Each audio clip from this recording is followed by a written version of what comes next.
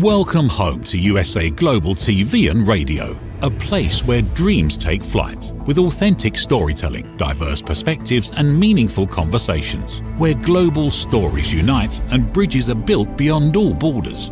Discover world-class education, entertainment, hope and inspiration. Together, we're building bridges worldwide. Subscribe to our channel, USA Global TV. Download our app, USA Global TV. Be our guest or join our team. Visit usaglobaltv.com. Thanks to our founder and executive producer, Dr. Jacalyn Kerbeck. Music score by Yeffy Tang from Cloud Road Music. Voiceover artist Mike Porter. Creative direction by Paul Garcia. USA Global TV and Radio, your home for global connection. All rights reserved. This video and its contents are the exclusive property of USA Global TV and Radio. Unauthorized use, duplication or redistribution in any form is strictly prohibited.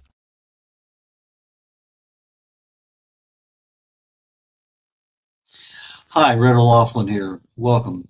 Good morning, good afternoon, good evening, regardless of where you are in the world. Today our guest is from Wales in the United Kingdom. Dawn Bates is a best-selling author, many books, found on 5 different continents.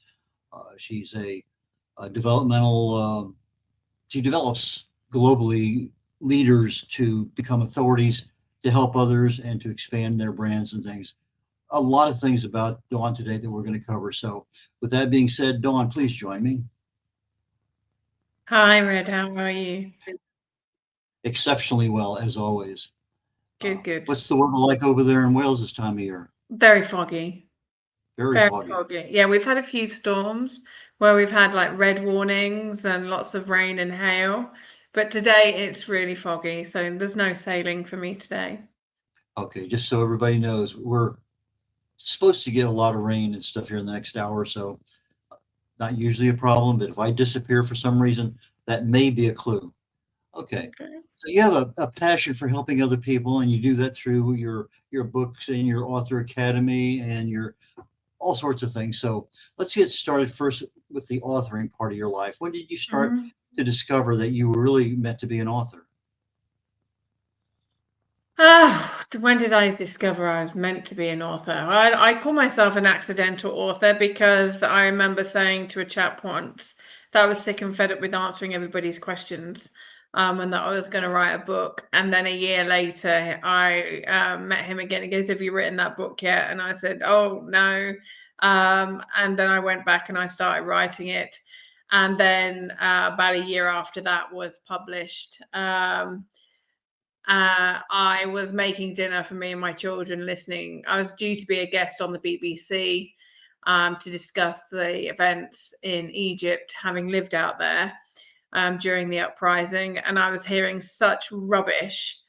And I just looked at my dog and went, "I'm going to write another book. I can't be doing with all the lies." And so I ended up writing another book, and then another book, and then another book. But I've always had a passion for writing. I've always done a lot of copywriting, magazine articles for local, regional and national newspapers on business and just events happening around the world that I had experience and knowledge of. I've been a complete book nerd all my life. I spend more time with books than I do with humans, which is a lot less drama.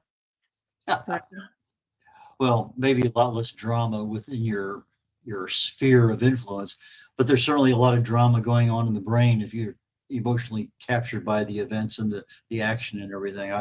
I find myself sometimes, just I'm there and then something happens and I'm visibly shaken. Or, let me go back. I got to read that again because I didn't know what happened. So there's a lot of things just our brain as we read. Yeah, there is. I'm not disputing that, Red. I'm just, that was, I guess, more of a facetious comment. A little bit of British sarcasm for you. Okay. Yeah. We had somebody here from Amsterdam last week, so it's a fairly worldwide audience, and the European humor is a little different than the American humor, but yeah, it is. It is what it is. Okay, let's go a little bit into you as a writer. How long did it take you to write the first book?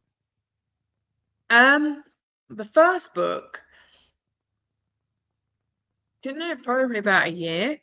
Uh-huh. Second book, it took me about 7 days.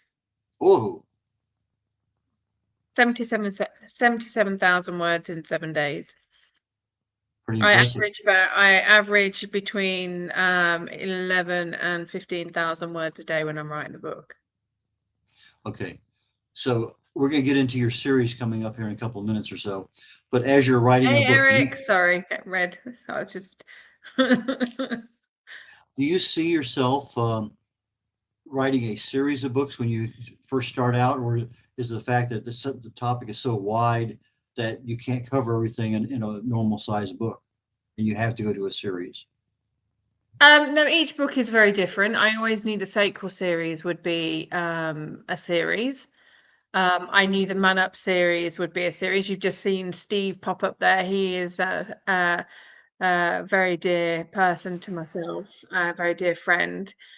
We go way back. I always knew that the Man Up series would be a series of books in the life transformation series that I do, because again, looking at the strategy of how I write and what I write, I have a plan for nearly 100 books that I'm working on and working towards completion.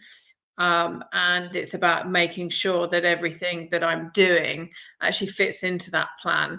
So there will be individual books in a series, and it won't become a series until all of those books have been written. Or I will start out writing a trilogy, or I'll start out writing a series of books. So it really does depend on what the subject is. It depends on whether, so for example, with Steve, we were discussing the ability for men to talk about their mental health issues and to help prevent male suicide. That is the first of 3 books in the Man Up series. The next book in that series will be called Male versus Man. And then will be the third book in that series will be an anthropological book on the how society is emasculating men.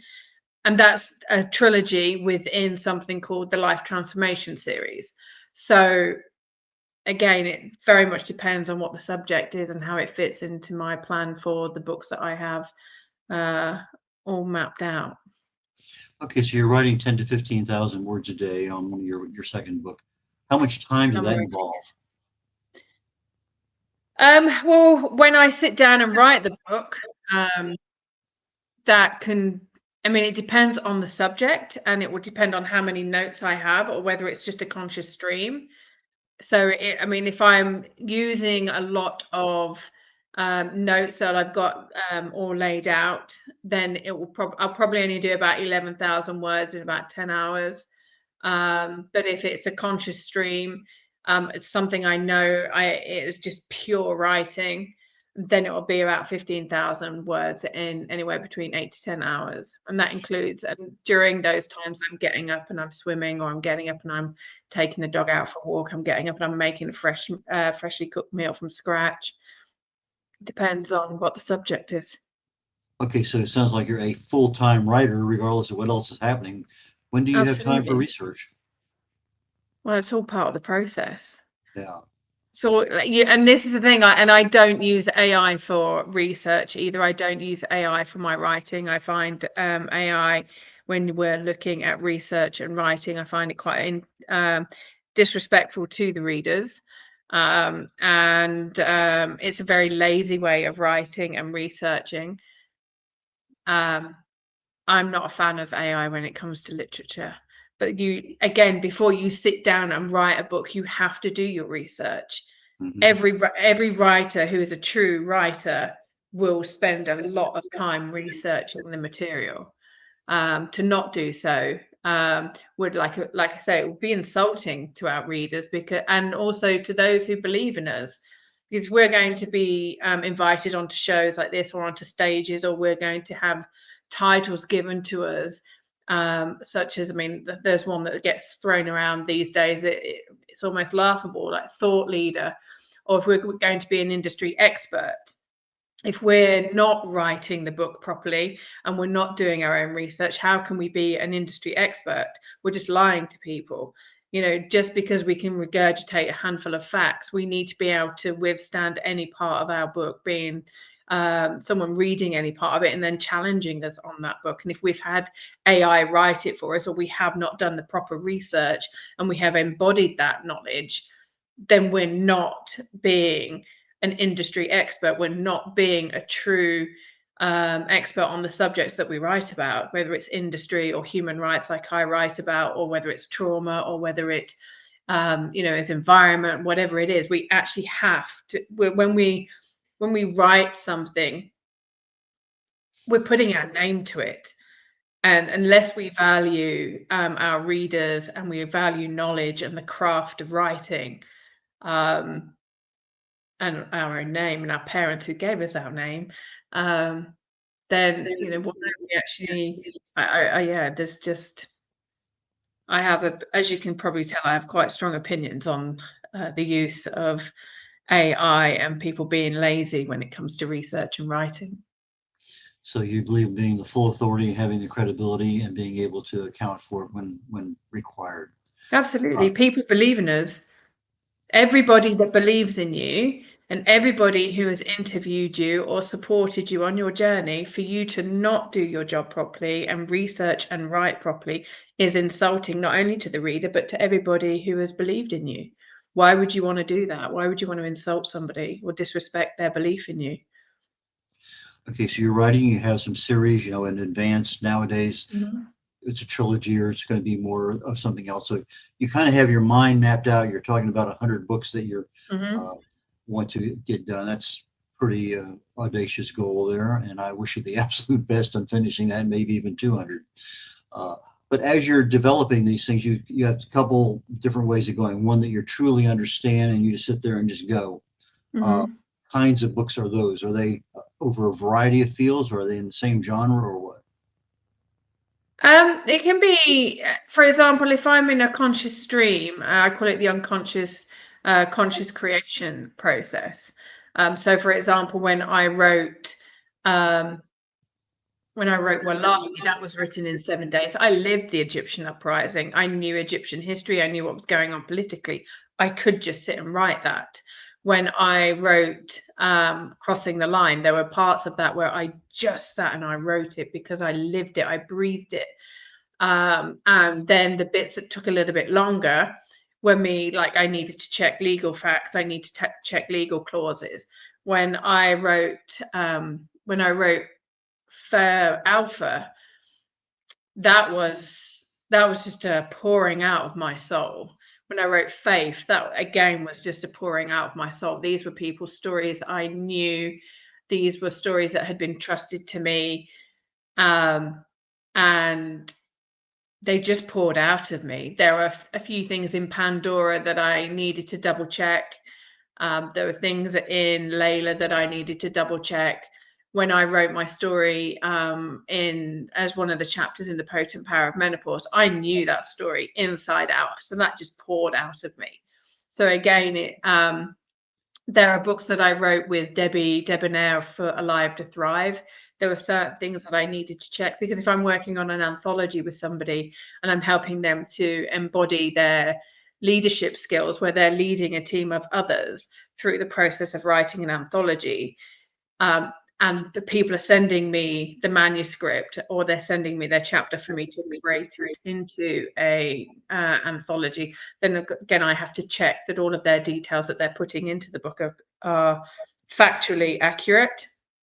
I have to make sure that when people send me their manuscripts, that what they're sending me is appealing to a global audience, which, with my 44 countries behind me and my multiple languages, is a lot easier for me to do than those who've only lived in a single country or only speak a single language. I was at a Christmas party a couple days ago, and he was a lawyer, and he had 4 pretty good sized monitors and 1 keyboard. And in the process of just chatting, because he writes briefs and he does this and other things, he's pulling up sources all the time, and he's able to pull them together. And I said, well, I kind of realize it because when I'm writing my own, I have 10 or 12 or 15 sources that I'm constantly going back to, and there's only so many tabs you get at the top of the page. But tell me a little bit about how your office is set up, what kind of software you use, how many monitors you have, if it's multiple. Just kind of give us an idea of what your workspace looks like. At the moment, it's got a jigsaw on it.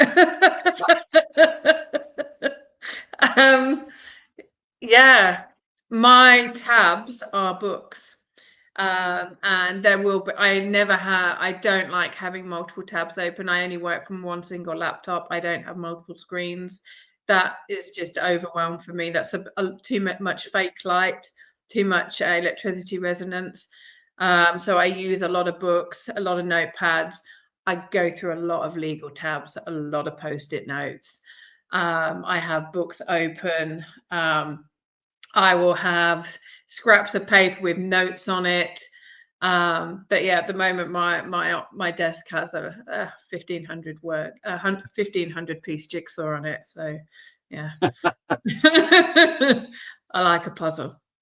Yeah, but you're comfortable there and you know where everything's at, right? Absolutely. Yeah. So for example, I'm writing a book at the moment. I'm actually pulling together the third book in the Man Up series. So I've got a lot of anthropological books, a lot of neurological books on how the male female brains work. So I'll be looking at, a lot of history, a lot of different books, cultures around the world. And then depending on which chapter I'm writing, I will have the different books open or the different research papers. I'll have some white papers, or I'll have like university websites open. I like to, I'm a bit of a geek, or I'll go to the library. So if I haven't got the books here at home, I'll go to a library and I'll be there and I'll have, a huge table full of books. Yeah. Yeah, I Okay, get deep. do you do your research exclusively in English, or do you use your knowledge of other languages to pull up some other references in foreign languages? It depends on the nation and the culture. So, for example, if I need to check something out about Spanish culture or Portuguese culture, I'll use that language. If I am doing something about the Arab world, then I'll make sure that I've got those, but I'll make sure that I've got a translator of that different Arabic language, because even though I speak Arabic fluently and I used to be able to read it fluently, I now need somebody else to help me because my reading of Arabic is not as strong as it used to be. But again, it'll be looking at which area of the Arab world I'm researching. So it might be the Shami region, looking at Palestine, Lebanon, Syria, and Jordan. Or if it's looking at Egypt, then I'll need a friend or a colleague to help me with the Egyptian Arabic. If it's Gulf Arabic, it's again something completely different. But it will depend on where I'm researching as to which language I will be reading in. And then again, I have that checked out by a friend or colleague.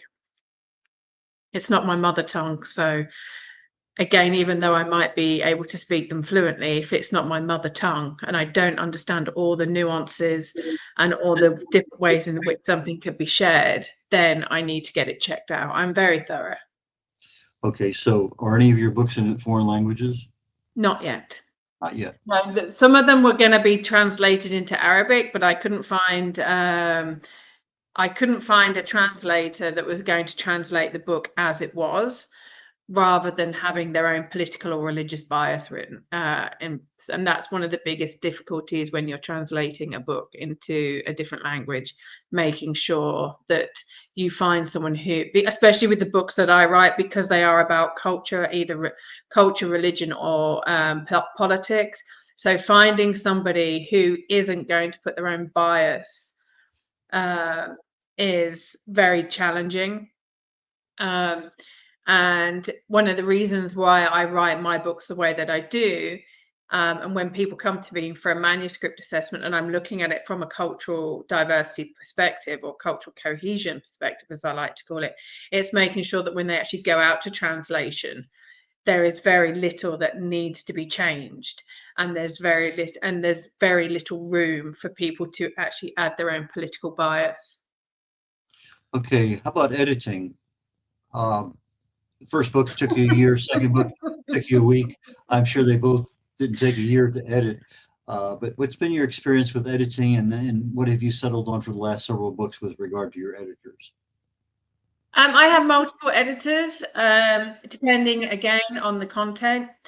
If it is, so Kelsey she's my editor. She has taught me a lot. I'm a much better writer now because of Kelsey. Whenever I write a book now, I'm like, oh gosh, I hope Kelsey likes it. I hope Kelsey approves. But Kelsey, she is more memoir based, biographical. If I'm writing something that needs a political or a legal proof, somebody who actually has expertise in a certain area, then I need to find that person with legal expertise, or whether it's I'm looking at something, for example, when we did Man Up, Tough to Talk, and we did Alive to Thrive, the book with Debbie, we had to look at medical negligence. We had to look at how we went through the process of making sure that what we were writing in there, we didn't actually get any comeback on either Steve or Debbie or myself as a publisher, because when you're talking about things such as trauma or about suicide and why the reasons why people do it and the methodology that they use, we have to be very careful that, one, we're not triggering the reader, or we're not instructing the reader on how to do it, whilst also remaining true. So again, you have to choose your editors and your proofreaders very, very carefully. And also, before I choose the editor, I have a number of them that I work with, and that I trust to refer me to other people. I actually have to make sure that they are okay with the content that they're going to be editing. And I need to see samples, and I have to have quite a conversation, because some of the subjects that I write about are not easy subjects. And so again, I have to prepare the editor and the proofreader for them to know that this is some of the content. Are you okay with this? Who do you have supporting you? Have you been through something like this yourself? Because again, all of these things matter when it actually comes to finalizing the book. It's about being respectful again to the reader. And when I work on anthologies, so for example, with the Man Up book, with Tough to Talk, what I had to do is I had all of these chapters, and I'm looking through them. Okay, well, if I put that chapter here and that chapter and then that chapter, that's quite heavy reading for the reader. So I need to break up these different subject matters and make sure that the reader actually has some kind of respite. So we needed something that was probably quite heavy, something a little bit lighter. Although when you're talking about trauma and suicide, these are not light subjects, but it was about how the energy of the story landed with the reader, but also the length of the length of the chapters. So there's a lot that goes into this, which is why I get quite frustrated with people who just think that writing an anthology and having 20, 30, 40 people. I mean, I even saw an anthology the other day that got 56 people that had written a book. It was only about 60,000 words. You can't really share anything of value with that many authors in a single book. It does the reader a disservice.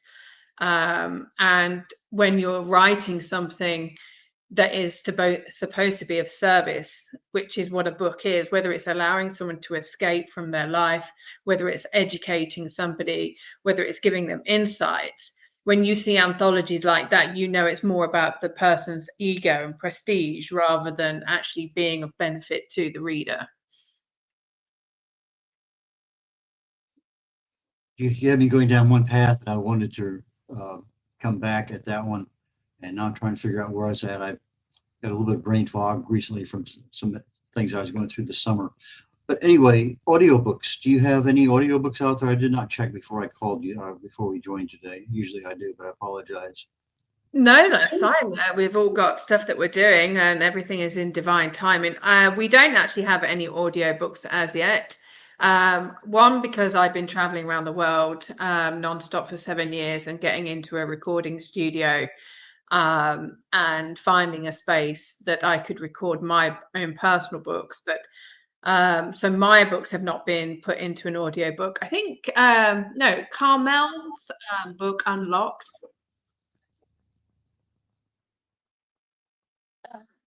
This one is available on audio, Carmel. Don't know if you can see that.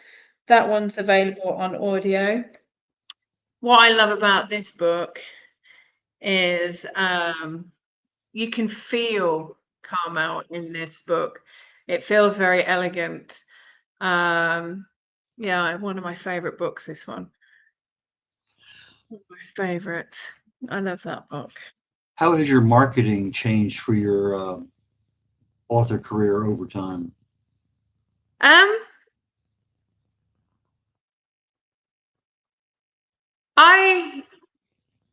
I'm not somebody who will do a 99 cent special in 24 hours just to get the title of international bestseller. For me, that's just not a strategy that I use. I mean, if I really wanted to, I could get a book of my dog's paw prints and put it in a very obscure category at 99 cents for 24 hours and we could have an international bestseller. It doesn't actually give any value or a nod to the quality of the contents of the book. So my marketing is a mixture of press releases, email marketing, social media, promotions. For example, I show up on a lot of podcasts. I talk about it. I've written lots of articles about various different books and sent those off to different magazines, publications, newspapers. I put notices up in different areas. I write to various different organizations. I put bookmarks up at the gym for the men. For example, the Tough to Talk book. I mean, I'm talking about that one because that's one of the most recent ones. We have bookmarks that I hand out at business events. So this is a Sin Eater one. This is all about teen mental health. Here is a Tough to Talk one. So we put these out. So if I go to a business event, I hand out bookmarks. They have my contact details on the back there. So again, it's a wide range of different things. We have distribution deals that we're locking in.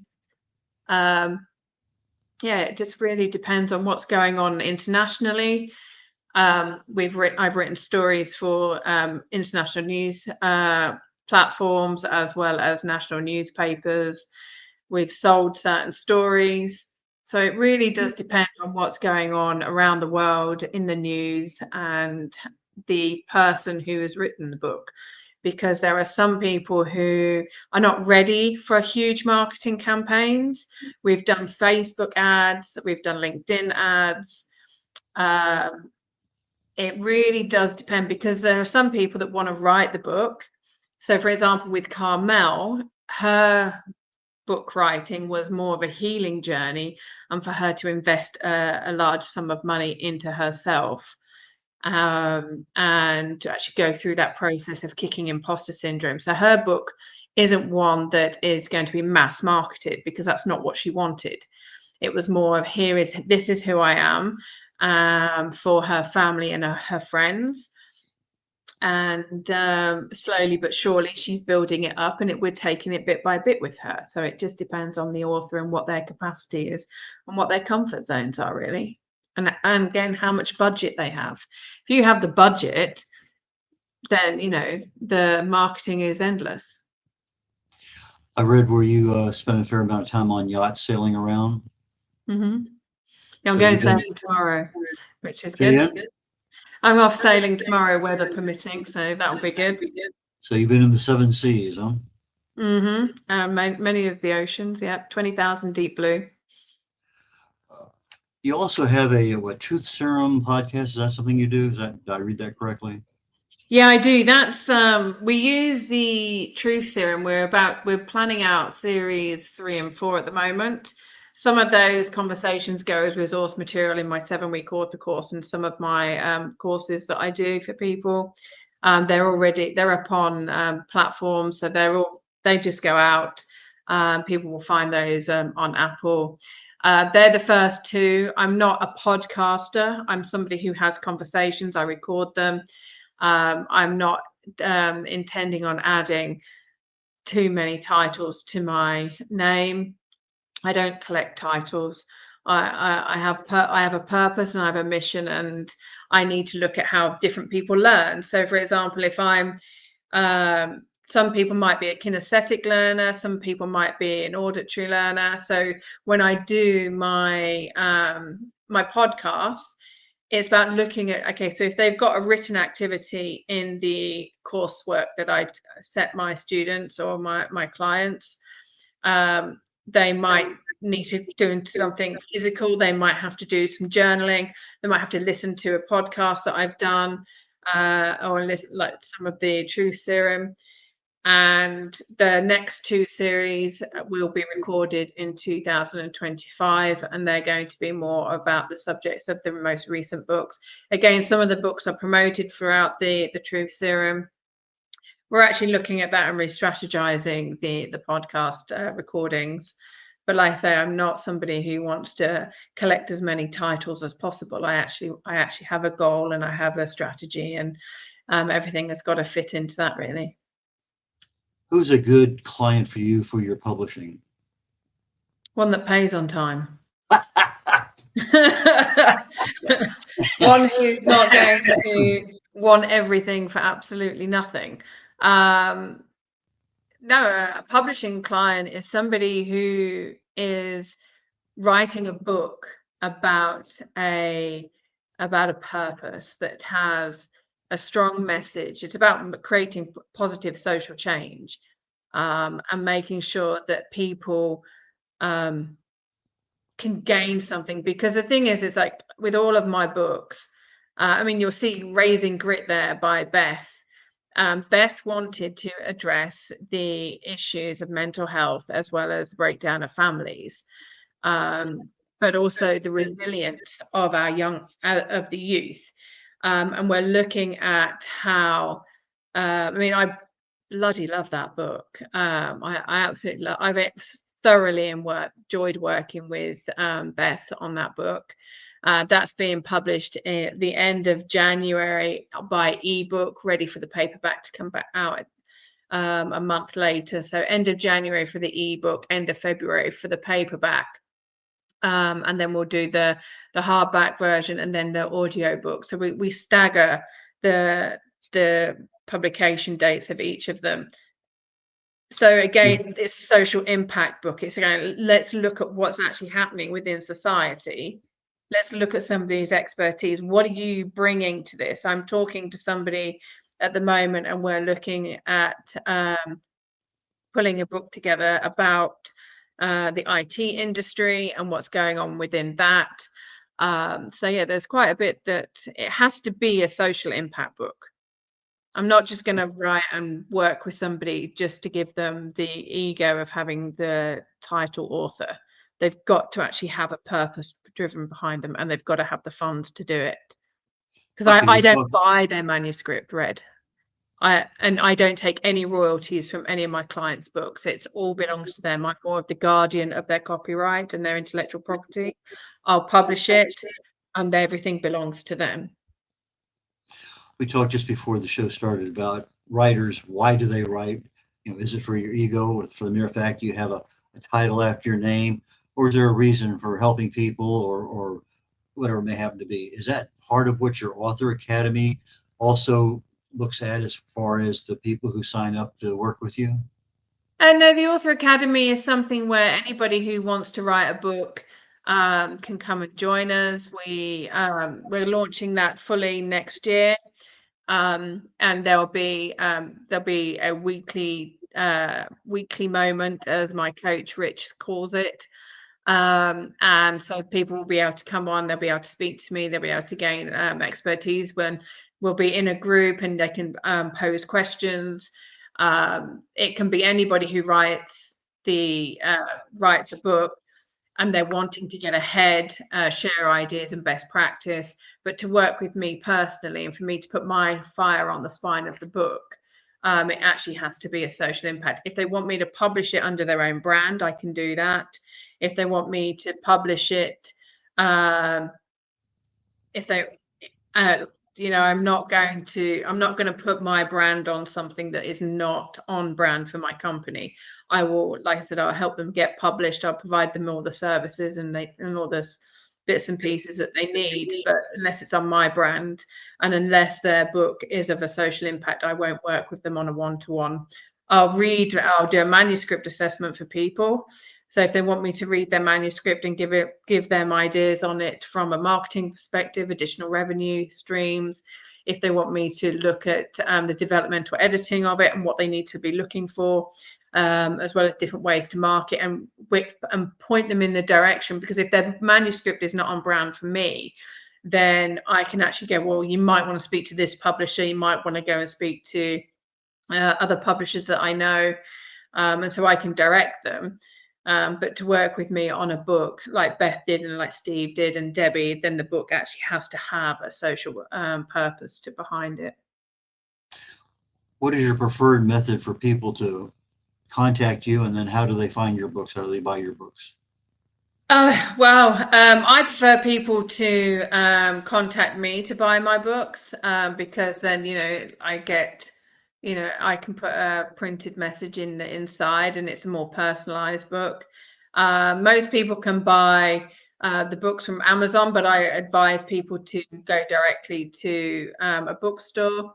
You've got my LinkedIn profile up there. People can contact me through LinkedIn if they wish. I prefer that. They can join me on Instagram. It's quite interesting. I deleted that profile. I deleted everything off. I probably nearly 30,000 people I deleted off Facebook and Instagram. And I started all over again a few months ago. I believe in organic growth. I deleted 1,300 people off my LinkedIn profile about a month ago. I'm quite ruthless. I like my circle to be intentional. If people want to follow me, then they can do. But yeah, the thing is, because of the way in which my books are, the content of the books. So, for example, again, I'm going to mention Tough to Talk and Man Up. We prefer people to buy the books directly from the author, because then they get the royalties straight away, and the money starts working in the charities immediately. Whereas if you buy a book from Amazon, the reader might get the book immediately, but the charity doesn't get the royalties for maybe 2 to 3 months. I'm one of very few publishers that will pay out regularly on a 2 to 3 month turnaround. Most publishers pay out on a 6 month turnaround. So if you're buying from Amazon, not only is the publisher, this is other publishers, as soon as I get the royalties and we've done the accounting, then it goes directly to the charity. But that's still a 2 month turnaround. With other publishers, if you're buying the book immediately from Amazon, then Amazon are sitting on that money, then the publishers are sitting on that money. So they're making money with the interest. Might not be huge amounts, but still, we want the money to go directly to the charity as soon as possible. So with the Man Up book, go directly to toughtotalk.com. With my books, buy them directly from me. Send me a message from my website, send me a message through LinkedIn, or from Instagram. I'm not on Facebook. I did have a marketing manager, but that person's been removed from my company. So Facebook's a bit, it's in the water. It's not doing much. I'm not really interested in Facebook, if I'm completely honest with you. You can contact me on Twitter as well. I don't think I've put that in the show notes. What do they call it now? X.com, don't they? But yeah, that you can contact me on Twitter, which is MuzDawnBates33. Again, I've called it Twitter. I know it's called X. But yeah, it's if people really want to get hold of me, they will do. If people want to make the effort and actually put effort into their book, and they're willing to work with us, me and my team, to drive their book forward, then they're very welcome to come and talk to me. Okay, so dawnbates.com, that's DAWNBATES, BATES.com, and that's right, for yeah. our audio audience who's not looking at the screen today. And Dawn, thank you so very much for your insights, for your time, for everything today. I Thank you for really, your truly time. enjoyed it. I look forward to our next conversation. All right, And then. have a wonderful sailing trip tomorrow. I hope the weather's good for you. Take care.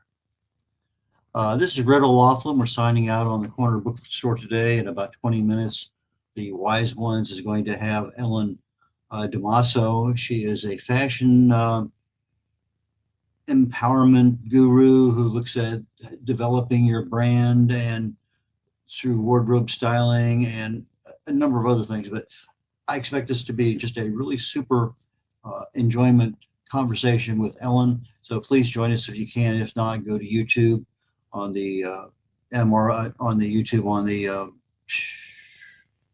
USA Global TV, part of the archive there for all of our old shows. Everything is archived there, a couple different places. So with that being said, Red O'Loughlin signing off on the corner bookstore, and I hope to see you very shortly on the Wise Ones. And immediately following that, I have a short program, about a half hour or so, on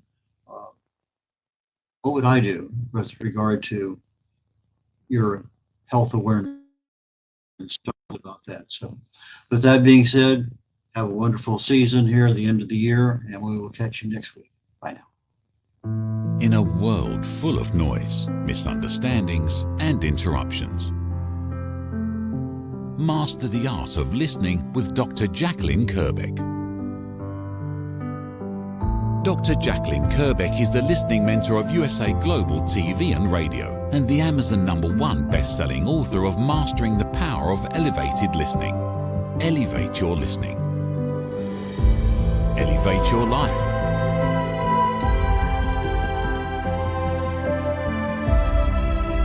Join a global learning experience in person or via Zoom. Reserve your spot today. usaglobaltv.com/book-your-session or drjacalyn.thinkific.com. Join Dr. Kerbeck's listening courses or hire her to unlock deeper connections and authentic conversations.